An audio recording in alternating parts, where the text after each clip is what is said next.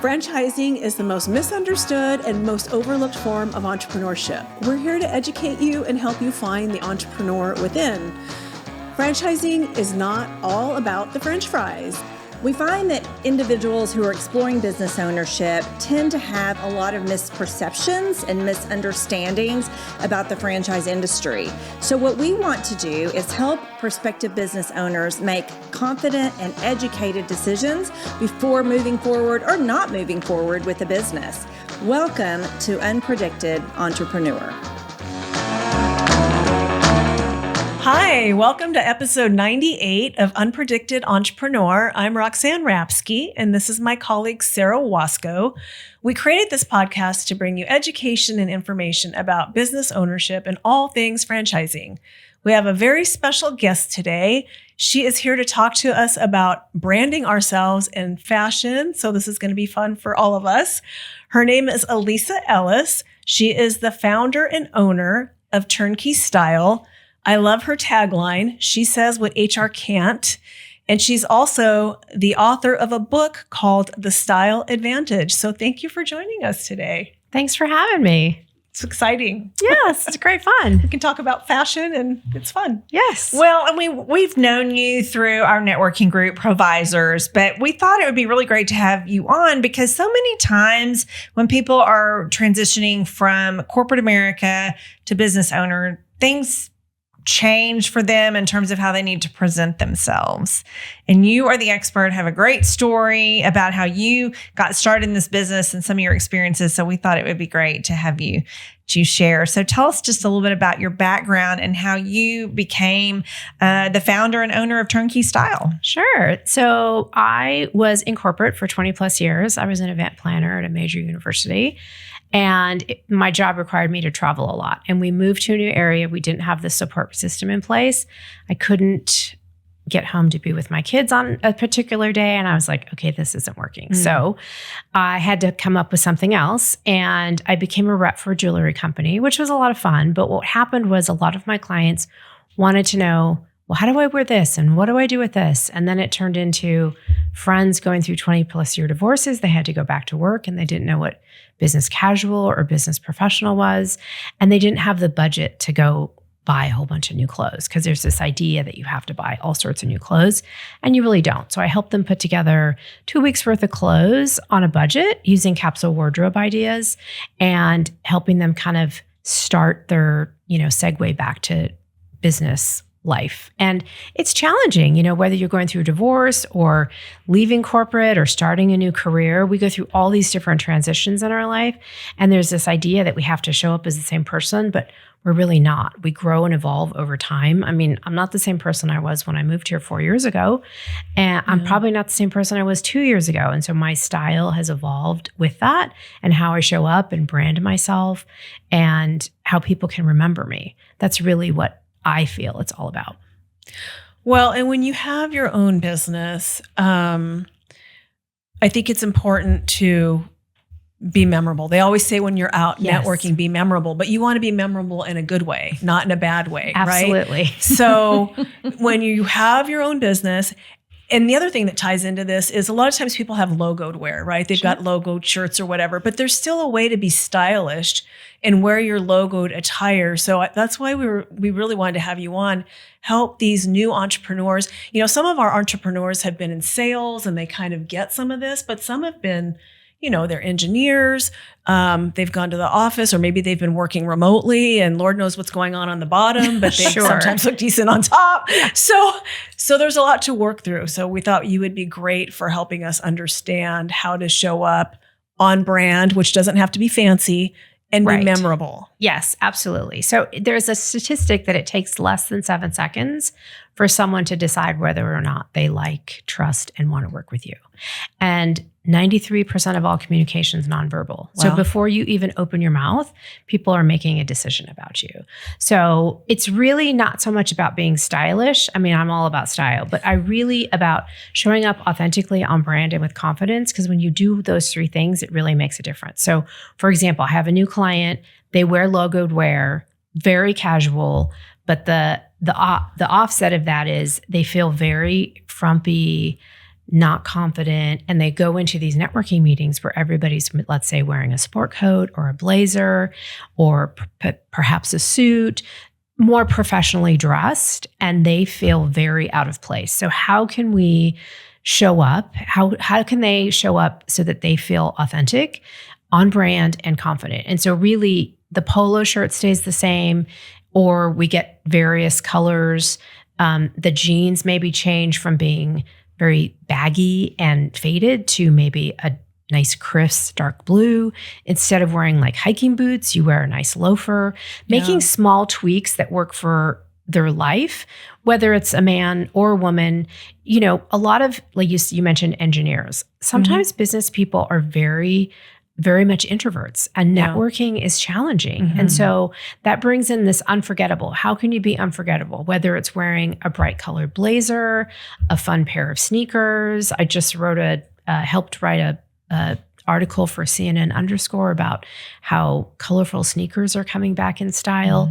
That's a great way to be fun, authentic, and still start a conversation. If you go to a networking event and you're giving someone a reason to come up and say something to you, like, oh, I love your colored blazer, I love your shoes, or that's a fun tie, or whatever it is, then you don't have to be the one who initiates the conversation. And it makes you memorable. Yeah. You know, they're going to leave, oh, I met this great person and they were wearing, you know, cowboy boots or a fun belt or whatever it was. And those are the small things that you can do to keep you top of mind.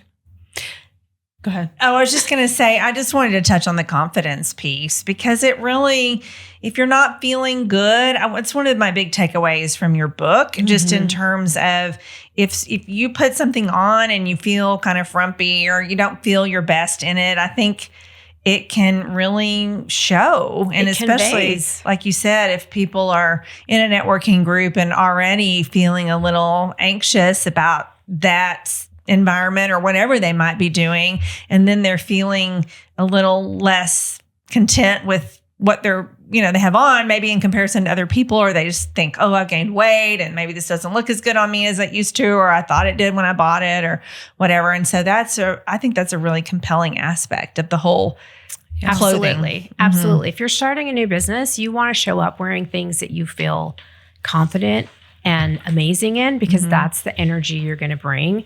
So often we put things on, I call it the Futz dance. I mentioned it in the book. It makes people laugh, but it's you put something on and you start futzing with it because it doesn't quite fit or you don't like how it feels.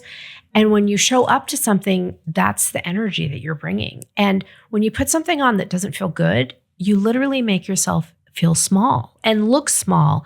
You sit small, all of those things, versus you put something on you feel good in. You stand taller, your shoulders go back. I mean, I share a great story. I went to speak at a security firm, a lot of ex-military. And I asked the gentleman, what was the difference between you putting on your regular military uniform and your dress uniform? And this big guy stood up and he's like, it's called command presence. I was like, yes, that's what you want to bring every day. Because some people have a power suit in their closet, but they don't bring it out because it doesn't fit, or for special occasions, whatever it is. And it doesn't have to be a suit. It can be anything, really. Like this color blue. I love this color blue. It always makes me smile. You know, if it's kind of rainy outside, I might wear a bright color, make me feel better. But you want to bring that energy every day. So your closet should really be filled with colors that you love. Yes. That you feel good in. Absolutely. That make you feel confident. Yes. And get rid of all the other stuff. Absolutely. But it's challenging for people. Letting go is one of the most challenging pieces, more so for women than men, typically because we have money issues, memories, we feel guilty. We tell ourselves, I'll lose the weight. We're always on this weight loss journey, but really it's about, even if you could fit in those clothes today, you're not the same person you were. You're a different person than you were 2 years ago or 5 years ago. So even if they fit you literally, they don't fit you figuratively. And for your audience, for your people that you're working with, they're onto this next chapter of their lives. And so really, in order to step into that next chapter, you have to figure out how you want to show up, what you want that to look like. And it probably doesn't include those old clothes from corporate or from your former life. And sometimes those clothes are 10 plus years old. Absolutely. So that's a long time to go back. And I have to tell you, since reading the book, we've been talking a lot about your book. We both read it. In fact, I think we had started it the last time we were doing this, and you wore a blazer, and she's like, and you said to me after the recording was over, I feel frumpy. This is frumpy. It's going in the giveaway bag. And she's been really good about giving stuff away. I haven't yet, but I'm like mentally thinking about, I can see the clothes that are in my closet that I shouldn't have anymore. And you're right. It's hard to let go. I don't know why, but I need to start doing some of that. Everybody has different reasons, different things they're trying to hold on to. Yeah. It depends on the person. Sometimes it's the money we spent. Sometimes it's memories. Sometimes it's that we have fond memories of that part of our life. Yeah. But really, I worked with this entrepreneur. She was actually a gal in corporate. She went from being part of a team to being a leader. And I'd share this story in the book, but we created new clothes for this new board meeting she was going to. She was there for 3 days. 2 days were awesome. 1 day was not so much, because I said, what happened? She goes, I brought a comfy sweater from home. So here she had stepped into this new leadership role, had the clothes to go with it, and the mindset that those clothes brought. But by bringing that one piece from home that was comfy, that wasn't on the packing list, she literally felt herself get small. She didn't lead. She didn't raise her hand. She didn't collaborate, and she didn't work with her team. Wow. And she recognized it was all because that one piece of clothing made her feel small. It was no longer authentic to her, and it didn't fit this new life that she was stepping into. And so the great part was she saw it. She realized it herself as we were walking through this debrief, and she realized, okay, this is the new person I want to be. So those clothes don't fit my life anymore. That's so interesting. Go ahead. I believe that had she not met you and worked with you, or in our case, read your book, she would not have realized that. And right. You bring, because we were joking before that we started recording this, how you're in our heads. Like, since we've read your book, like, you're in our head. In fact, Sara brought up, I was at a networking meeting yesterday, and there was a speaker, and there was stuff going on with the speaker that made me not able. She was very smart and had great information, but I was so distracted by all the other things going on with the wardrobe that I couldn't even pay attention. Right. And we don't realize we're doing that, really. Yeah, when you say the other things going on with the wardrobe, she shared with me that the clothing didn't fit right. Yeah. And, it just was I was actually kind of mortified. I was embarrassed. What's that called? Secondhand embarrassment. I was like I was actually embarrassed for her. Yeah. She's not getting her point across, which means she's losing the audience. And the whole point of her being there is to speak to everyone and to share her knowledge and what she knows. And so really it's not so much about us just limiting ourselves, but we're limiting the reach that we can really have. Mm-hmm. And people needed to hear what she had to say. So you're actually not, like you said, you're not just taking away from yourself, you're taking away from the people that really need to hear. It's a ripple effect. What you're there to say. Absolutely. So. And the people you work with are new entrepreneurs, new business owners, and they really need to be getting out there, networking, meeting new people, meeting with clients, and having that authenticity and connecting with people. I mean, let's face it, over the last 5 years, that is one of the biggest things is, even though we have our phones, people are still craving connection and customer service. I have conversations with people all the time about restaurants and stores, and they go back to the ones that have amazing customer service. You're right. And if you're owning a business, if you're a new business owner, connecting with those clients, and not just clients, but with your partners, people that you do business with, is essential. And so having the wardrobe that allows you to show up authentically on brand and with confidence can really be a game changer. There's a lot of successful people out there, but I really believe that when you take a moment and invest in your style and yourself, there's an ROI on that. And that's really what can give you an advantage over your competitors. And it doesn't have to be expensive. No, absolutely. Absolutely not. I shop a myriad. I have a list of over 200 stores that I shop at, and it's everything from low-end, J. Crew factory stores to Neiman's and everything in between. It's just about knowing how to mix low-end and high-end pieces and having clothes that are good quality and well-fitted. It's amazing to me how many people I see that spend a tremendous amount of money on clothes, labels, brands, but they don't fit. They're either too tight or too big. And so you end up looking disheveled and unprofessional. So it's better to have it fit right and Absolutely. pay less than obviously pay more for some name brand that doesn't fit right. Yeah. I mean, I have jackets and blazers and pieces from factory stores, and I have pieces from high-end stores, but I also spend money on tailoring because I want to make sure that things fit me properly. Yeah. Yeah, and that's the thing. And that's the thing with this, going back to the speaker, I think we all need to dress appropriately for our body types. We're all different shapes and sizes, right? So knowing, and maybe even getting the opinion of a couple people if you're not going to hire a stylist, right? What do you think of this? But maybe not the spouse. I don't know. That's a really honest girlfriend or a guy friend. Kind of, yeah. Right. But I really also like how you focused on, you are your size and right. Style's not a size or a number on a scale. It's and accepting that and who you are now. Because you referenced in the book, like a lot of people will wait for X or Y to happen before they'll make a decision. And then they have a lot of different clothes in their closet. And it's hard for them to focus on the now and how they are now and who they are now. And I think that's kind of distracting if you have a bunch of clothes in your closet that don't fit and you're trying to, make them fit. And I think you said something to the effect that you're telling yourself you're not worthy today. Right. Absolutely. I had another entrepreneur that I know, and years ago, she said that she wanted a pair of Jordache jeans, which was, was the we're it. Going way right. back. Like I'm dating myself. Okay. Well, we know what Jordache Me too. is. So Right. Not too bad. But her mom wouldn't buy them for her because she said they're too expensive and you're not going to be able to fit in them for long. And what she took away from that was, I'm not worth it. And it really struck with me because I hear so often women and men, well, I need to lose a few pounds. Mm-hmm. I need to lose a few. They don't want to buy anything until they lose weight. And so what that's saying to yourself subconsciously is, I'm not worth it right now, but I will be worth it if I'm smaller, if I lose weight, if I'm a different size. And it's such, as a business owner, you have to be willing to invest in yourself. We have budget and line items for social media, for marketing, for office supplies, for all the things, right? For our lawyers and different things. But we don't have necessarily a budget for our clothes and how we show up. What you might have logo branded material. Okay, great. But how are you going to differentiate yourself? And how is that going to make you stand out from your competitors? That's really what this is all about. And so even if you don't have branded material, you're worth it today. Yeah. You just have to put yourself on the budget.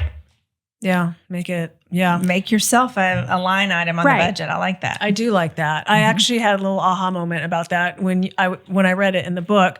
Speaking of the book, let's not skip the book inspiration. Tell us about your book inspiration, why you wrote it.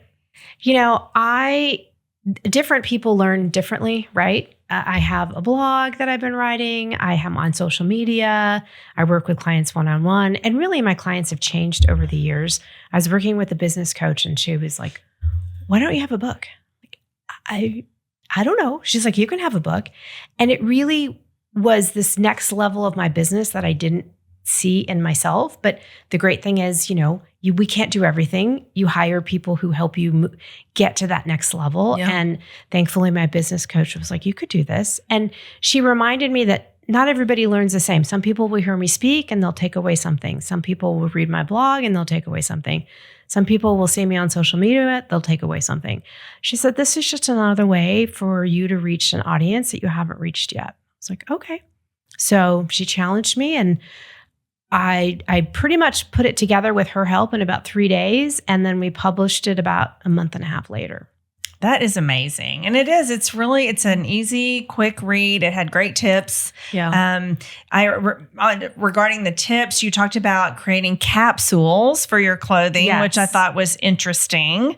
So share a little bit about that with I our really listeners. believe, going back to that, you don't need to spend a lot of money. You can take 10 to 12 pieces and have them coordinate. I start with 3 tops, 3 bottoms, 3 layering pieces, and then a jumpsuit, a suit, a dress, whatever works for you. That's something you can elevate for a fancy event, whether it's a wedding or a funeral, what have you. And taking those 3 pieces, using complementary colors and having them mix and match into 10, 20, 30, 40, sometimes 50 different outfits. Wow. And it's really all about changing out the shoes, changing the layering pieces. Like you're wearing a great orange jacket, right? You could wear that with a pair of jeans, a pair of slacks, a skirt, a pair of shorts in the summer, and same with your white blazer. You could pair it with multitude of different things. But what happens is we wear our clothes the same way all the time. We rarely try and pick new things. And so we just wear on repeat because we're trying to get dressed quickly. It's not with intention. And so it's just whatever's easiest. And we wear the same things over and over. So the capsule wardrobe is really about how can I take this one piece and wear it multiple ways. Like you mentioned a pair of pants that you love and you wear them with a blazer and heels. You wear them with sneakers and a t-shirt. That's great. That would be a great piece to a capsule wardrobe. And you could have one for spring, summer, winter, fall, or the other thing I really try and recommend is the power of two, like a blouse that you can wear or a top that you can wear for spring and summer or fall and winter. So 2 seasons. And can you create 2 new outfits with it before you buy it? Because so often, especially women, sometimes men, it's on sale. So it's a great deal. Okay, well, it's not a great deal if you get it home and you have nothing to wear with it, or it only goes with one outfit or one pair of pants or one top, whatever it is. Because then, was it really worth the money? Got it, yeah. It's not. So if you can create 2 new outfits with it, then that makes sense. Then it's worth it. Then you're really expanding your wardrobe instead of limiting yourself. And you shop with your clients, right? Yes, I actually shop for my clients depending on what they need. I actually had one client in Austin, and I love her dearly. She had lots of one-offs, lots of amazing, fabulous pieces, but none of them went together. And so it was really hard for her to put outfits together and wonder why she felt like she had nothing to wear.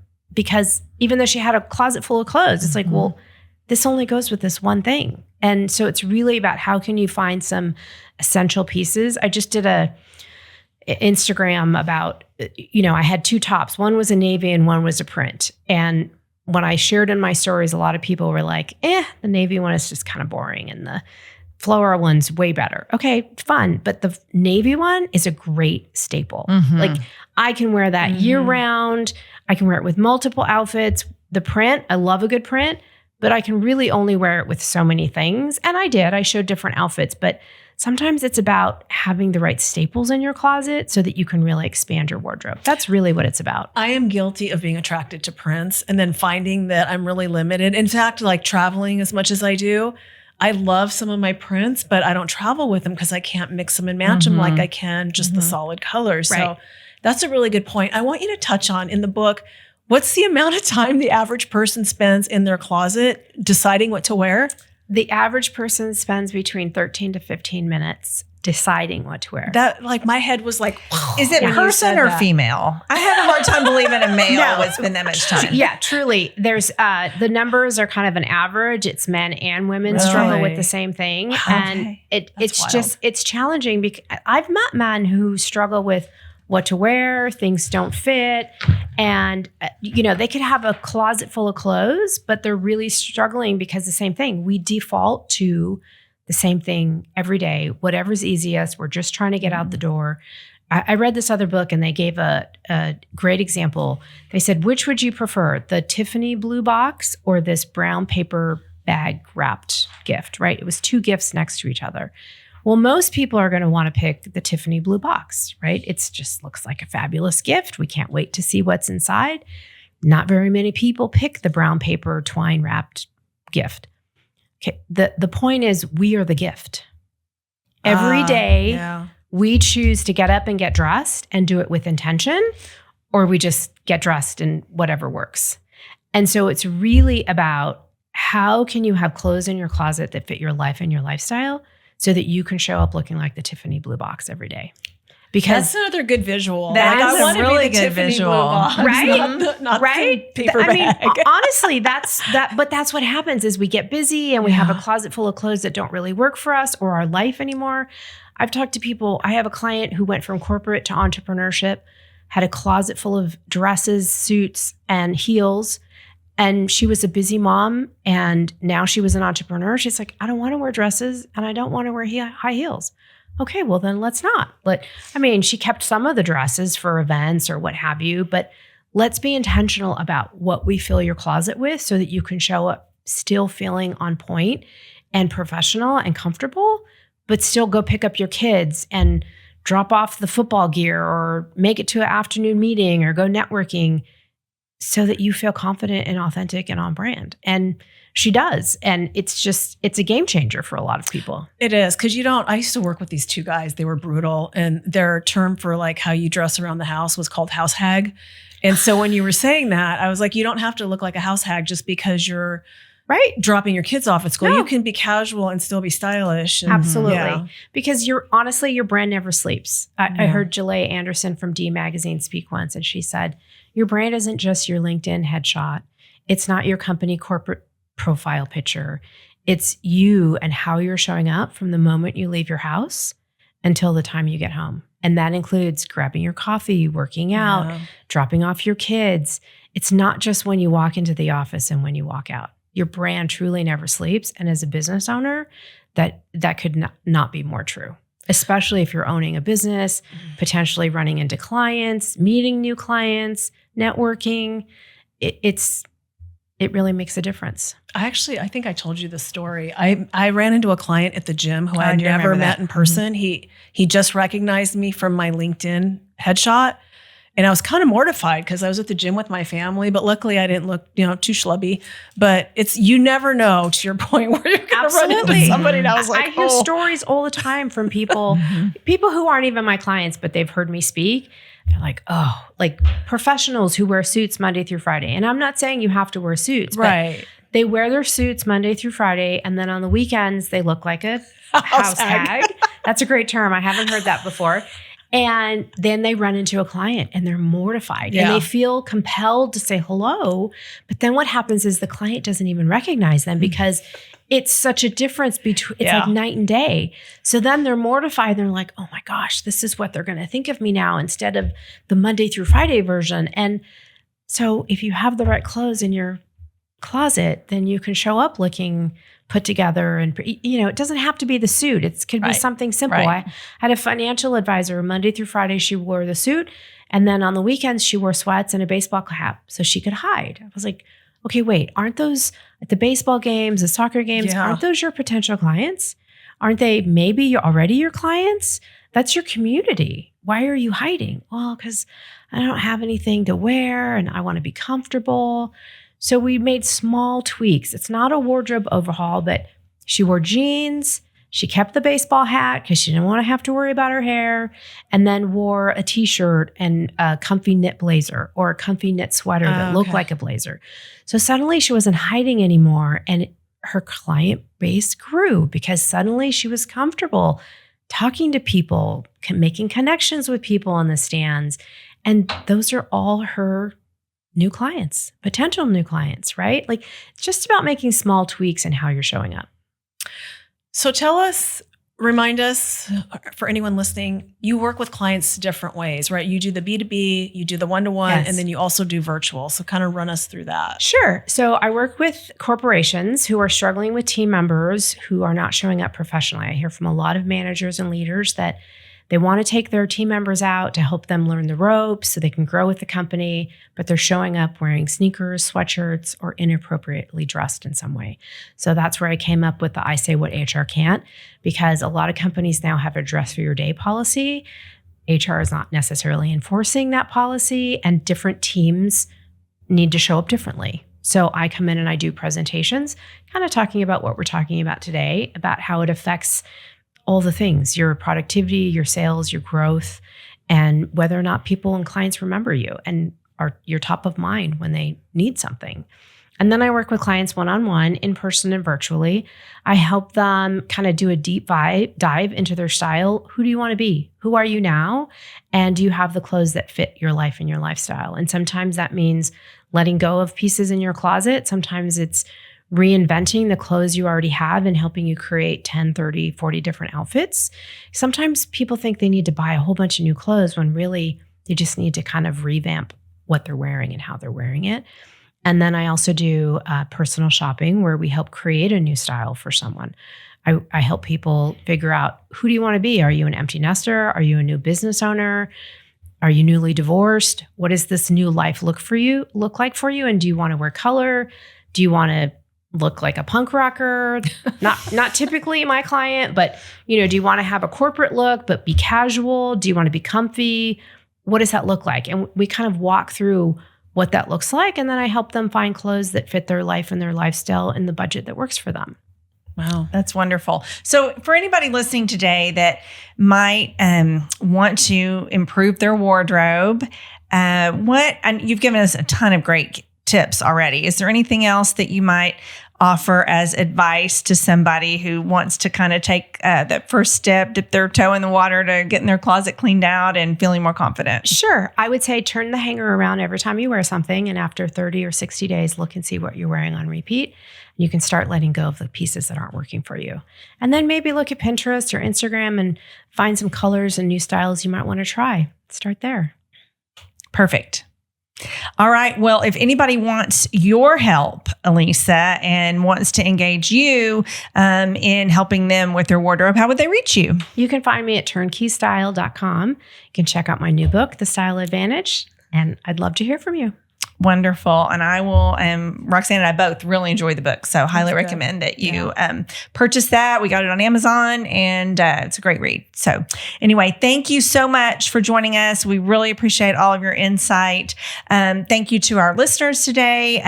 Again, I am Sara Waskow. It's Sara with no H, and this is Roxanne Rapske. Please look for us on LinkedIn. We are very active there. We would love to connect with you. Please subscribe to our YouTube channel at FranNet of Dallas, Fort Worth, and Oklahoma. You can listen to Unpredicted Entrepreneur there or on your favorite podcast platform. You can also find us on frannet.com as well if you want to learn more about our services. So we hope you have a great day, and thanks for listening. Bye.